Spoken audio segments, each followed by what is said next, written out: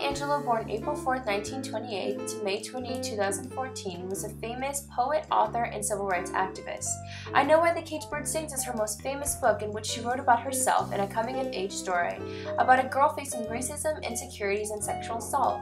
This book made literary history as the first nonfiction bestseller as an African-American woman. Just Give Me a Cold Drink of Water Before I Die is actually a collection of poetry in which she wrote while she was a nightclub performer, and it actually was nominated for a Pulitzer Prize.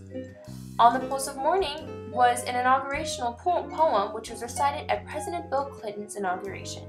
It was read on January of 1993 by Angelou herself, and she talked about survival and stressed that all humans should encourage and build one another up.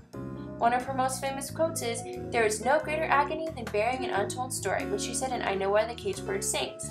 Born in the Roaring '20s and died in the modern era, she actually grew up in Stamps, Arkansas, and during this time, many people were prejudiced because of the South and their previous ways. Social norms and culture were raised and forced segregation between blacks and whites, and Angelou faced many disadvantages because of this.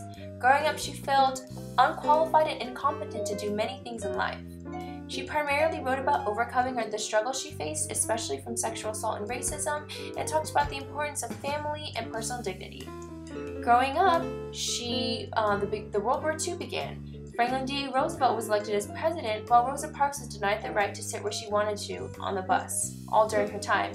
Jackie Robinson also became the first African-American Major League Baseball player, and the Brown versus Board of Education case in Topeka, Kansas was passed, saying that there was no more segregation in public schools. So you may be asking yourself, why should I read Maya Angelou's work?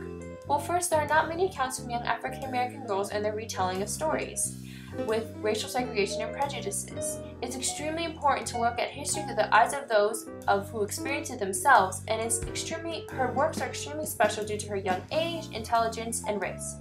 She's known for multiple things, one of them being that she was the first black female streetcar conductor. She also worked with Malcolm X and Dr. King, became the first black female woman director in Hollywood, received the Mother Teresa Award, received the Presidential Medal of Freedom from President Obama, which is the highest honorary medal a citizen can receive, and was also a board member of the Legacy of Hope Foundation.